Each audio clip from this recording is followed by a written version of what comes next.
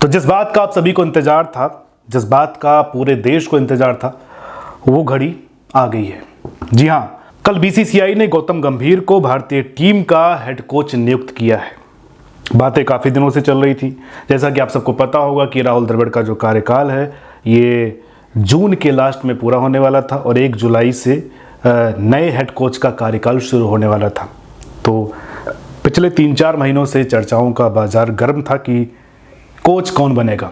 बहुत लोग ये कह रहे थे कि कोई शायद ऑस्ट्रेलिया वाला हो सकता है या फिर और कोई फॉरेन क्रिकेटर हो सकता है, फॉरेन कोच हो सकता है जिसको टीम इंडिया का हेड कोच नियुक्त किया जाएगा। बीच में बीसीसीआई के सचिव जय शाह ने क्लियर कर दिया था कि भाई हम किसी ऑस्ट्रेलिया वाले को या किसी और को इंडियन टीम का हेड कोच नहीं बनाएंगे।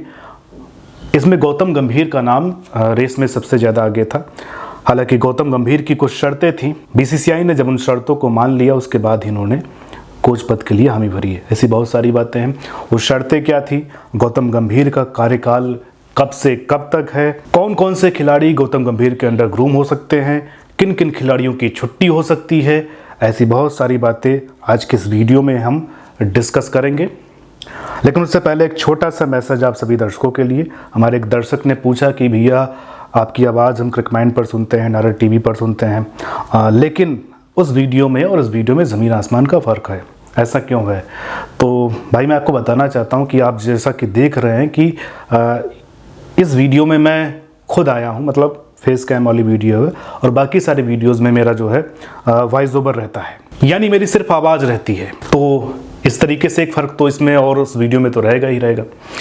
वो बिल्कुल स्टूडियो वाली आवाज़ होती है, साउंड उसमें साउंड एडिटिंग उसकी अच्छी होती है, एडिटिंग अच्छी होती है। बट ये वीडियो जो है एकदम बेसिक लेवल पर बनाई गई है। ये बिल्कुल ही अनस्क्रिप्टेड है, अनकट है और बहुत ही बेसिक सी एडिटिंग इस वीडियो में की गई है। इस वजह से आपको इस वीडियो में अंतर नज़र आ रहा होगा। हमारे बहुत सारे दर्शक हैं जो ये चाहते हैं कि हम किसी टॉपिक पर अगर डिस्कस करें तो थोड़ा लंबी वार्ता हो। तो अगर आपके पास पेशेंस है, समय है, तो आप इस चैनल को सब्सक्राइब कर सकते हैं और विभिन्न मुद्दों पर जो करंट टाइम पे जो मुद्दे चल रहे हैं, खास करके क्रिकेट में मैं ज़्यादा कोशिश करूँगा वीडियोस बनाने की, लेकिन क्रिकेट के अलावा भी बहुत सारे ऐसे मुद्दे आएंगे जिन पर मैं अपने ओपिनियन, अपने विचार, अपने व्यूज़ में रखा करूँगा। तो चलिए अब आते हैं अपने मेन मुद्दे पर। गौतम गंभीर का जो कार्यकाल है बतौर हेड कोच वो 1 जुलाई 2024 से 31 दिसंबर 2027 तक रहने वाला है। इस बीच जो है काफ़ी बड़े बड़े इवेंट्स भी होंगे, जैसा कि T20 world cup, ODI world cup और अगले ही साल 2025 चैंपियन ट्रॉफी, उसके बाद एशिया कप, बहुत सारी चीज़ें ऐसी होंगी। और इससे पहले जो हमारे कोच राहुल द्रविड़ थे, उनके कार्यकाल में इंडिया ने T20 वर्ल्ड कप जीता, एशिया कप जीता, साथ ही साथ वर्ल्ड टेस्ट चैंपियनशिप के फाइनल पहुँचे और ODI वर्ल्ड कप के फाइनल पहुँचे। तो ये उनकी उपलब्धियाँ थी। सैलरी को लेकर के ऐसी बात सामने आ रही कि जो राहुल द्रविड़ की जो सैलरी थी वो 12 करोड़ रुपए पर ईयर थी, यानी कि 1 करोड़ पर मंथ। यहाँ पर गौतम गंभीर की सैलरी बढ़ाई जा सकती है क्योंकि उनकी एक शर्त सैलरी को लेकर के भी थी। ऐसा मैं नहीं कह रहा हूँ, ऐसा बहुत सारे न्यूज़ वेबसाइट्स पर ऐसी खबर मैंने पढ़ी हुई है। तो जैसा कि राहुल द्रविड़ की सैलरी अगर 1 करोड़ रुपए पर महीने थी तो इस हिसाब से गौतम गंभीर की सैलरी 1 करोड़ से ज़्यादा हो सकती है। हो सकता है 1.5 करोड़ हो सकता है 1 करोड़ 25 लाख हो, 1 करोड़ 20 लाख हो, 1 करोड़ 15 लाख हो। ये फिलहाल अभी कोई क्लियर नहीं हुआ है। अगर आपने कोई ऐसी न्यूज़ पढ़ी हो जहाँ पर ऐसी कुछ सैलरी को लेकर के बातें की गई हो तो आप कमेंट में मेंशन कर सकते हैं। देखिए बिल्कुल ये एकदम हम किसी भी मुद्दे पर डिस्कस करेंगे तो एकदम फैल करके, ऐसा नहीं कि टाइम की कमी है ना, वीडियो को जल्दी से जल्दी निपटाना है। तो आपके पास समय है तो तभी आइए इस वीडियो को देखने के लिए। तो ये थी सैलरी को लेकर के बात। और इस जुलाई के लास्ट में, यानी जुलाई का महीना जो चल रहा है 2024, इसके लास्ट में जो गौतम गंभीर का जो पहला टास्क होगा वो होगा श्रीलंका टूर का। टीम इंडिया जो है 3 मैचों की T20 और 3 मैचों की ODI श्रृंखला खेलने के लिए श्रीलंका जा रही है, जहां से गौतम गंभीर अपना कार्यभार संभालेंगे। कुछ शर्तें भी थी गौतम गंभीर की कोच बनने के लिए। वो शर्तें क्या थी, उन शर्तों पर भी बात कर लेते हैं। अब पहला शर्त तो यही था कि गौतम गंभीर ने टीम का पूरा कंट्रोल मांगा था, यानी कि उनका यह कहना था कि मेरा टीम पर पूरा कंट्रोल होना चाहिए, किसी भी तरह की कोई दखल अंदाजी मेरे काम में कोई नहीं देगा। वो जिस तरीके से चाहेंगे वो टीम को चुन सकते हैं, जिसको चाहे रख सकते हैं, जिसको चाहे निकाल सकते हैं, जिसको चाहे मौका दे सकते हैं, यंगस्टर्स को ला सकते हैं। ख़ास करके यहाँ पर जो अब अगली बात उन्होंने कही थी वो ये कही थी कि जो हमारे सीनियर्स हैं, यानी जैसे विराट कोहली हो गए, रोहित शर्मा हो गए, मोहम्मद शमी हो गए, जो पुराने क्रिकेटर्स हैं, काफ़ी दिनों से खेल रहे हैं, उनके लिए ये जो चैंपियंस ट्रॉफी 2025 है ये आखिरी मौका होगा अपने आप को साबित करने के लिए। यानी कि अगर वहाँ पर इन लोगों के माध्यम से अच्छी परफॉर्मेंस नहीं आती है, कुछ ऊंच नीच होती है, तो उसके बाद से इन लोगों का पत्ता टीम से हमेशा हमेशा के लिए कट सकता है। जैसा कि आपको पता होगा कि अभी हमारे 3 स्टार क्रिकेटर्स रविंद्र जडेजा, विराट कोहली और रोहित शर्मा ने T20 फॉर्मेट से संन्यास ले लिया है। लेकिन ये जो फॉर्मेट होना है 50 ओवर के जो मैच होते हैं उसमें होना है, तो यहाँ पर अभी रोहित शर्मा, विराट कोहली, रविंद्र जडेजा के लिए मौका है खेलने का। लेकिन गौतम गंभीर ने यह साफ कह दिया था कि मेरी शर्त यही रहेगी कि अगर ये लोग इस चैंपियंस ट्रॉफी 2025 में अच्छा परफॉर्म नहीं कर पाएंगे तो वो उनके लिए अंतिम मौका होगा, उसके बाद से उन्हें उस फॉर्मेट में जगह नहीं दी जाएगी। तीसरी शर्त ये थी कि गौतम गंभीर जो है अपने लिए जो उनका कोचिंग स्टाफ है, यानी कि बॉलिंग कोच कौन होगा, बैटिंग कोच कौन होगा, फील्डिंग कोच कौन होगा, बाकी जो स्टाफ होगा वो अपने मन मुताबिक चुनेंगे, यानी कि उसमें BCCI का कोई दखल नहीं होगा। वो जो बंदे रहेंगे वो गौतम गंभीर के ही माध्यम से चुने जाएंगे। तो ये भी शर्त BCCI ने मानी है, और किन किन का नाम गौतम गंभीर ने BCCI के सामने प्रस्तावित किया है वो भी हम आपको आगे इस वीडियो में बताएंगे। और एक शर्त ये भी थी कि बड़ी ही मतलब आप इस शर्त को जो है सुनकर के चौंक सकते हैं कि उन्होंने कहा कि भैया टेस्ट के लिए जो है एक मुझको बिल्कुल ही अलग टीम चाहिए। अब इसका मतलब ये हो सकता है कि जो लोग ODI खेल रहे हैं या जो लोग T20 खेल रहे हैं उनको टेस्ट टीम में जगह नहीं मिल सकती है, उसके लिए वो पार्टिकुलर खिलाड़ी जो है छांट करके लेकर के आएंगे टेस्ट टीम के लिए। और एक शर्त जो कि काफ़ी अच्छी बात है, गौतम गंभीर ने यह भी कहा था कि 2027 वर्ल्ड कप के लिए वो अभी से तैयारियां शुरू कर देंगे। उसका रोड मैप जो है वो अभी से, जैसे ही टीम इंडिया के साथ जुड़ेंगे पहले दिन से ही पूरी रूपरेखा जो है तैयार करना शुरू कर देंगे कि वर्ल्ड कप की टीम कैसी होगी, कौन कौन खेलेगा। मतलब ये तो अभी काफ़ी लंबी बात है, लेकिन कैसे कैसे प्लान्स को एग्जीक्यूट करना है ये सारा सब कुछ जो है गौतम गंभीर ने कहा था कि वो अपने कार्यकाल के पहले दिन से ही शुरुआत कर देंगे। तो ये कुछ शर्तें थी और जाहिर सी बात है BCCI ने इन शर्तों को माना है, उसके बाद से ही ये जो है कोचिंग के पद पर कार्यरत हुए हैं। इनका एक्सपीरियंस देखा जाए गौतम गंभीर का, तो इंटरनेशनल स्तर पर किसी टीम को कोच करने का कोई अनुभव अभी गौतम गंभीर के पास नहीं है। हालांकि IPL में उन्होंने अच्छा रिजल्ट दिया है।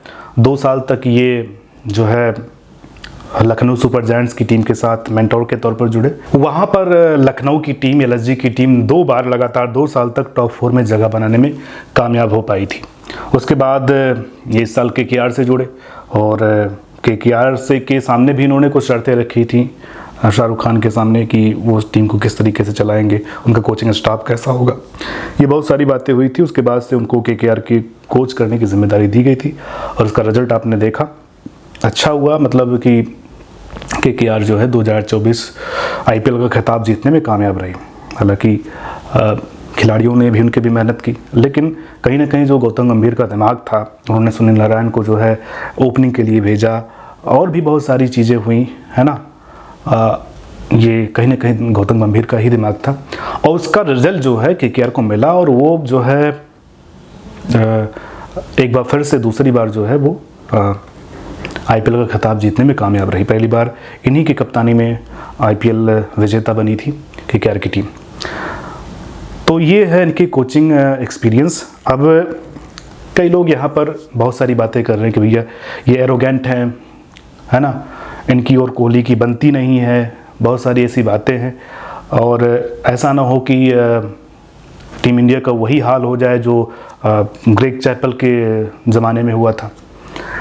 तो ये सब बातें बाद में डिस्कस करेंगे। फिलहाल जो है इन्होंने कौन कौन से नाम जो हैं अपने कोचिंग स्टाफ के लिए सुझाए हैं गौतम गंभीर ने बीसीसीआई को, उन नामों पर थोड़ा चर्चा कर लेते हैं। कौन है वो लोग?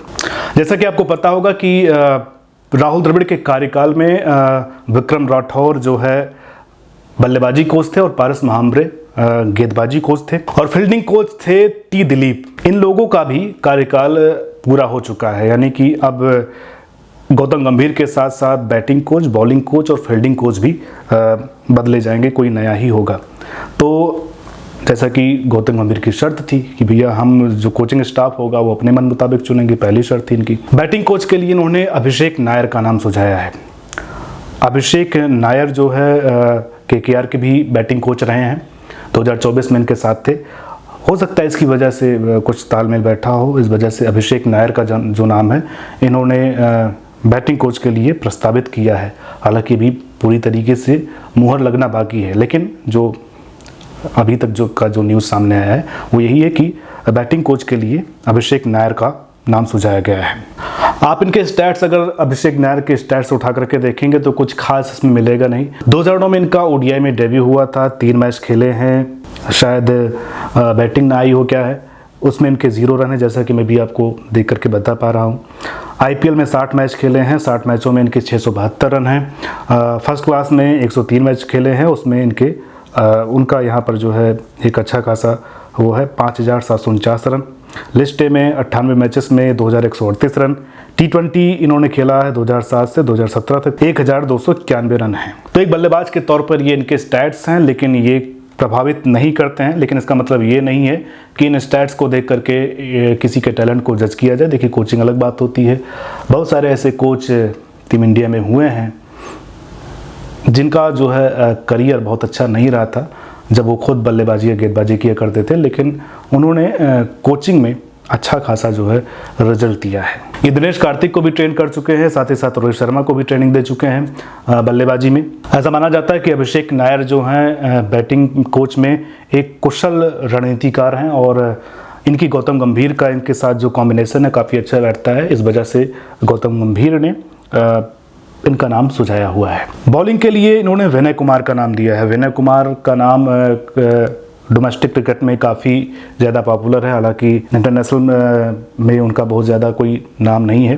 विनय कुमार पर नारद टीवी पर एक वीडियो आ चुकी है। मैं ज़्यादा कुछ विनय कुमार के बारे में भी यहाँ पर डिस्कस नहीं करूँगा, वीडियो ज़्यादा लंबी हो जाएगी।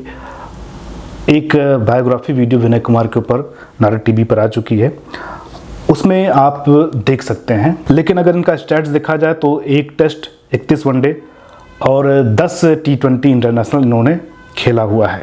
फर्स्ट क्लास क्रिकेट में 2 रणजी ट्रॉफी जीतने का रिकॉर्ड इनके नाम दर्ज है। 2014 और 15 में लगातार 2 बार ये रणजी ट्रॉफी जीते हुए थे। यहाँ पर जो टी दिलीप हैं फील्डिंग कोच, उनको लेकर के गौतम गंभीर से मन में कोई आपत्ति नहीं, मतलब वो टी दिलीप जो है फील्डिंग कोच के पद पर बने रह सकते हैं। फील्डिंग कोच के लिए गौतम गंभीर ने अभी तक किसी का नाम नहीं सुझाया है। इसमें से जो नाम अभिषेक नायर का है उस पर बीसीसीआई की भी सहमति थोड़ी बहुत है, लेकिन विनय कुमार के नाम पर अभी संशय बना हुआ है। वैसे संशय तो अभी सभी नामों पर है, लेकिन अभिषेक नायर की जहाँ तक बात है, अभिषेक नायर टीम इंडिया के बैटिंग कोच हो सकते हैं। विनय कुमार के नाम पर थोड़ा अभी डाउट है। अब कुछ ऐसे खिलाड़ियों की बात करते हैं जो गौतम गंभीर के अंडर खेलेंगे और हो सकता है कि उनके करियर में काफ़ी कुछ उतार चढ़ाव देखने को मिले। जैसा कि गौतम गंभीर ने पहले ही कहा कि भाई 2025 चैंपियन ट्रॉफी जो है हमारे सीनियर्स के लिए आखिरी मौका होगा। तो इसमें सीनियर्स में कौन आता है? रोहित शर्मा आते हैं, विराट कोहली आते हैं, मोहम्मद शमी आते हैं। जैसा कि आपको पता होगा कि रोहित शर्मा T20 क्रिकेट से संन्यास ले चुके हैं, तो टेस्ट और ओडीआई में रोहित शर्मा गौतम गंभीर के अंडर अपनी कप्तानी को ग्रूम कर सकते हैं। ये मौका है उनके पास। जो टेस्ट चैंपियनशिप होगा और ओडीआई वर्ल्ड कप होगा, ये जो बचा है दोनों फॉर्मेट, इसमें जो है ट्रॉफी जीतने का मौका इनके पास रोहित शर्मा के पास होगा। दूसरे हैं रविंद्र जडेजा।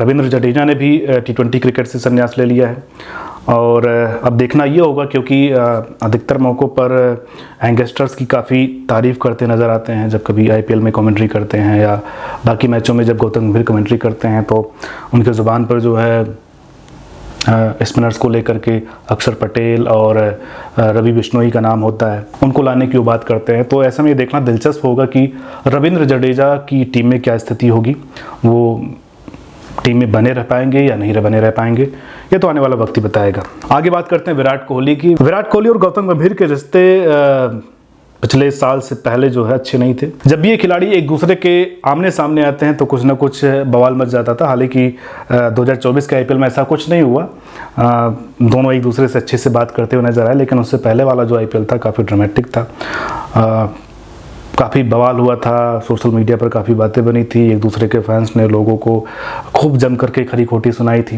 ये उससे पहले इस साल से पहले की बात थी, 2023 आईपीएल की बात थी।